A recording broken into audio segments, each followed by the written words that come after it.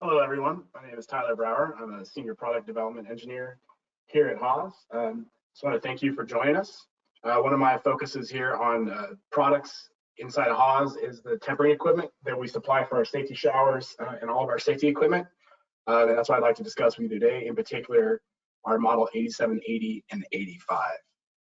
So some of you may know, recently we updated our product offering for the tempering line. So you can see the items we'll cover mainly in depth today are that 8780 and 85, which we kind of refer to as our skid mounted tempering equipment. The products there towards the right are the 932627 and the 9400. That's, if you hear the term point of use, instantaneous, that's what we're referring to. Those products are designed to be off the shelf. They're quick install inline equipment. So you may be asking, what's the difference and which solution would you pick at a facility? Why would you pick one over the other? The instantaneous heater, those are going to be designed for few showers. Typically, those are going to be 1, 2, maybe 3 showers being supplied tempered water out of those units. There needs to be plenty of power available for the 93627, which is that unit there to the left. That's because those are electric instantaneous units, and those take quite a bit of power in amperage. So typically, we're going to hear 480 volt, 600 volt in Canada are going to need roughly 200 amp coverage available to those units. They also need to have adequate pressure, a little bit higher than the skid units at 55 PSI is what we recommend as a minimum. These can handle hard water as well. They're a little bit better than the tank style in handling that hard water. They're a little bit easier to service. These are also your target if it's a very short lead time. These are an off-the-shelf pre-built model.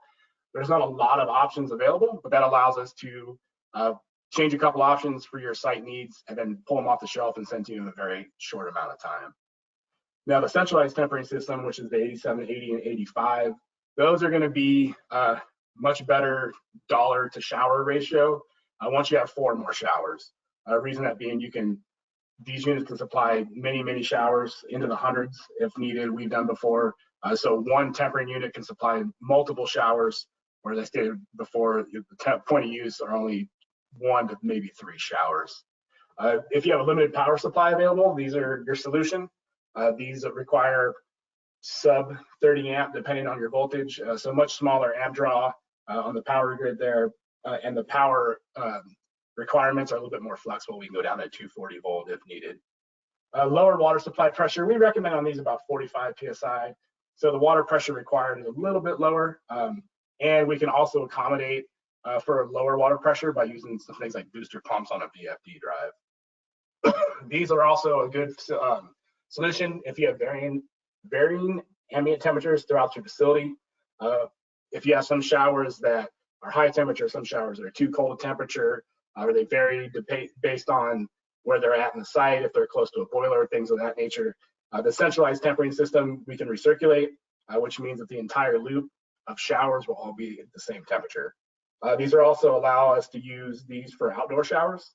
So we can use the 8785 unit, and that will allow us to install these units outdoors, both in hot and cold temperatures. We can vent that booth to cool it, and we can also heat it as well for cold extreme temperatures outside. So to dig into this centralized tempering skid application, just a quick overview of how this works. So the overall principle is that we mix incoming site water, which will presumably be too cold to supply tempered water to your showers, and we mix that with a tank full of hot water is the basic principle. So you can see here that we have cold site water on the inlet that mixes with tank hot water reserve at 185 degrees. That's in the US. Canada's a little bit different to meet the boiler laws.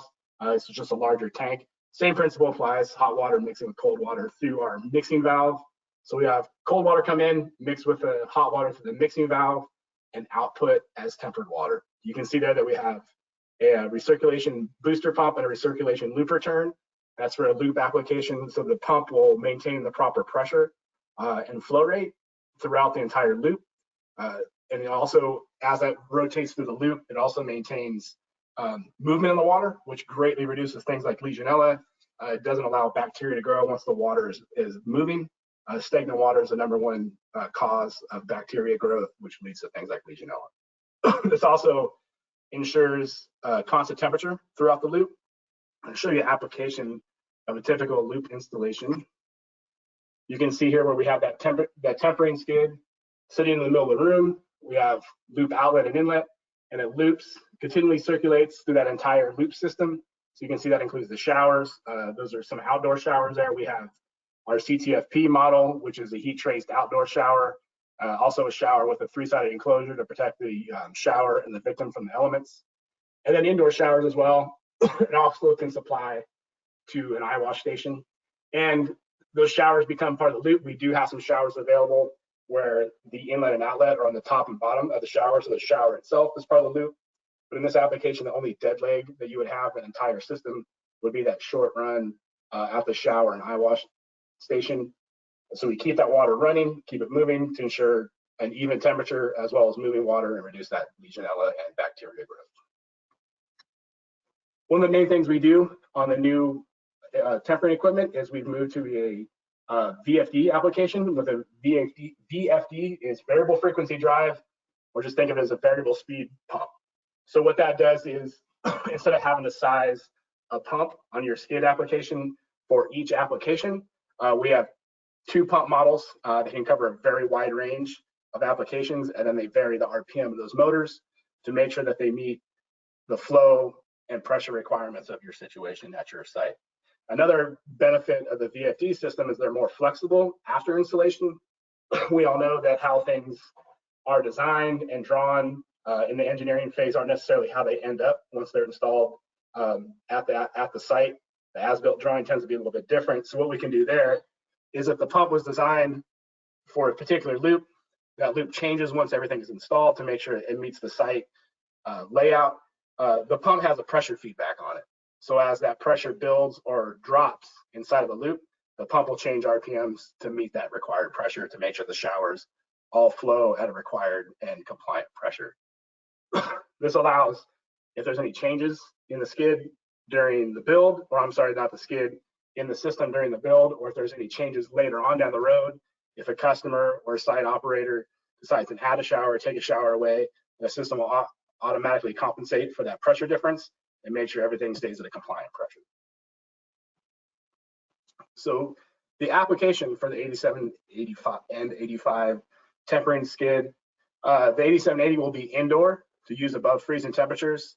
The 8785 will be in outdoor and freezing conditions down to -40 degrees. So that'll protect, that enclosure will protect it from the elements. We can heat that booth to protect it down to -40. It can also be used indoors, obviously, if we do have sites that are indoors in northern territories where even an indoor temperature is going to be well below that freezing temperature. So anywhere you want to keep that from freezing and protect it from the elements is where you'll use the 8785. The site must have potable water above 45 psi and electricity available for those skids. The 45 psi isn't a hard line, but that would need to be discussed with whoever's creating your quotation and doing the engineering on that, because it can compensate for a little bit lower pressure with the booster pump in the system, but that'll need to be discussed. Our standard configuration, our pre-configured equipment is based off of what we sell most often. So instead of just doing a stripped down base model and working out from there, we offer some pre-configured options for both US and Canada, and both of those units supply 2 showers simultaneously. So although you may have hundreds of showers on a loop, the important question is how many showers do you need to use at the same time? Or another way to phrase that is how many, during your risk assessment, how many sites have a possibility of somebody being exposed to a chemical or something that's going to require them to use a safety shower at the same time. These are typically used to supply multiple showers on a dead leg or a dead leg setup. So these skids are designed around the nature of supplying multiple showers through a piping configuration, whether that's that loop or dead leg. We can use them for a single shower. You can plumb a shower directly to the skid and supply it directly off there. Nothing wrong with that. But there's maybe a little bit better ways to do that, but that's the initial configuration that can be used. And these are, but we do recommend the recirculation. Anytime we can reduce that that water stagnating, helps with the bacteria growth, and also we recommend the recirculation for outdoor just because there's going to be a greater variance of temperatures in an outdoor application So if we can recirculate that water, it's going to make sure that everything maintains at a constant temperature. And again, the recirculation keeps the water at the temp and stops the stagnation. We do recommend a piping size of at least 1.5 inches. That's to meet the flow rates of these showers. ANSI requires that the shower itself flows at 20 gallons per minute and the eye face wash flows at 3 gallons per minute. So that's a combined minimum of 23 gallons per minute. In real world applications, they probably flow more at 25. Some of our competitors' equipment, we've seen them flow up to 30. So to make sure that we're keeping that compliant flow, we need to make sure the piping size is compliant or in line with the flow rate required for those showers. And also, for if you do have 2 showers simultaneous, 2-inch minimum is required for those. Obviously, a little bit bigger is going to be better. And we do have include some heat tracing at a minimum for installation for outdoor. That would be something along the CTFP showers, where we do have a heat trace on the shower system. And we can do what was previously an 8760 model, which is now discontinued. However, if we supply an 8780, we can also supply an 8300, 8309 shower, 901 alarm system. So essentially, we can make an 8760. It would just be assembled on site instead of being pre-built at our facility. So what are the first steps to addressing the site-specific questions? So if we can either, if you were a rep, distributor working with a customer, or if you're a customer directly, these are the questions we're going to ask, and having the availability of these answers is going to help streamline the process and get the product in your hand much sooner. So where will the installation be located? Typically, we're going to know this right away if you're calling us from the US or Canada. The reason we have that question is there is different regulations, requirements between the US and Canada. Tank sizes are going to be different. Canada has to meet CSA compliance up there. So just it allows us to know what we're going to build the equipment to. Will this product be installed indoors or outdoors? That's going to answer that first question. Will this be installed indoors? Most likely it's going to be 8780. If it's going to be installed outdoors, most likely it's going to be 8785. And then we'll go on from there to discuss temperatures. Is there product or is there potable water available at the site? Is always one of the first questions we ask. The 8780, 85 both require potable water. ANSI requires potable water to be supplied to the showers, not just regular water. It needs to be required to be potable, just like if you're hooking up a drinking fountain or a residential shower. So that's going to be one of the first questions. Is potable water that's available, and is it above that 45 psi load limit that we required or asked for? Will the temperature unit be provided to service an existing safety shower, or is this a new installation? This is going to let us know if it's going to be an existing installation. We're going to ask the question of, do you know the piping size? What is the loop length? If there's any problems with the existing loop that we need to take a look at. If it's a new installation, it's much easier to pull the drawings for the piping size, and we'll know modern systems are designed with this type of installation in mind. Are the safety showers on a water circulation loop, or are they a dead leg? Again, that's going to let us know if we're going to have to use a pump system, what kind of pump system needs to be used, and a lot of other changes need to be made to the configuration of the skid. Once we know that, hopefully we can find out how long the shower or dead loop is, that shower length. We have friction losses in piping, so the longer the loop is, the greater the friction losses are going to be, the bigger the pump is going to need to be, or just a higher RPM on that pump with the VFD system. What is the voltage and amperage available at the temper unit location? So wherever this equipment is going to be installed, is there power available? Is it 240 volt? Is it 480 volt? Is it 600 volt? Or Canada, I believe, is 570. So we'll find that number out. That's going to help us know how we're going to configure the heating elements, the breakers, all the wiring for this unit is going to be based around the electrical that's available at site. This touches back on that simultaneous shower use, but number 8 is, has your site risk analysis been done, and does that show that there are 2 showers that may need to be used at the same time? This defines how big that tank's going to be on the tempering skid.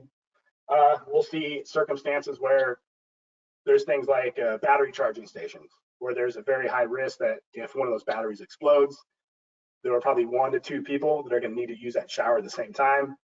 The shower use is per person. So if 2 people get exposed to a chemical or a caustic, that's going to require them to use the shower. Can't share a shower. So we're going to have 2 showers within the designated time and space of that risk. And both of those showers need to run at the ANSI compliant flow rate and temperatures. So that's going to tell us how big of a tank we need to put in there. Piping is going to be based off that flow rate, and other things in the pump will be sized for that as well. When do you need this product by is the last question. So what's your lead time? Some of our options are a little bit longer lead time than others. So if there's a very hard line in the sand as far as your lead time, we'll have to discuss some options that are going to be available to meet that lead time. So why Haas? Why would you choose Haas equipment over our competitors in this space? So we have over 40 years of experience in tempering. I think we have some of the strongest experience in the industry on this tempering equipment. Our standard configurations are based around the market needs. We spent a lot of time with customers. We've spent a lot of time in the fields looking at this equipment and understanding what the customers need. So to save some time on a lot of these applications, we've created pre-configured product configurations that have the options that are most often sold. Those are most often needed by the customers. So it makes it a lot easier to select if you're not exactly sure what you need to meet your requirements at your site. Shorter lead times, because of these pre-configured models, shorter lead times with things like the pump selection. Instead of having a drawn-out pump selection process and a VFD, we can get this product built and shipped out in a much shorter time. Competitive pricing, we're right there with everyone else on the pricing with a product that we feel offers a lot more value. So we have comprehensive post-sales support with Haas Services. We're one of I believe the only company in this space that is offering aftermarket service. We're offering commissioning and startup on all of our equipment. We can do repairs and upgrades. We can do repairs and upgrades on not only our equipment, but all of our competitors' equipment. So if you have a mix of products on your site and you need to make sure everything's in tip-top shape, running and compliant with all ANSI requirements, we can take care of all that through our Haas Services program. And we also do, excuse me, online competent person training. So not only do we understand our equipment, but we can help your customers. We can help your on-site personnel, maintenance personnel to understand how the equipment works, and also, much more importantly, how to keep it running and functioning compliantly. And we also offer warranty service on all of our products. Some of our compatible shower configurations. Truly, all safety showers are compatible with this equipment.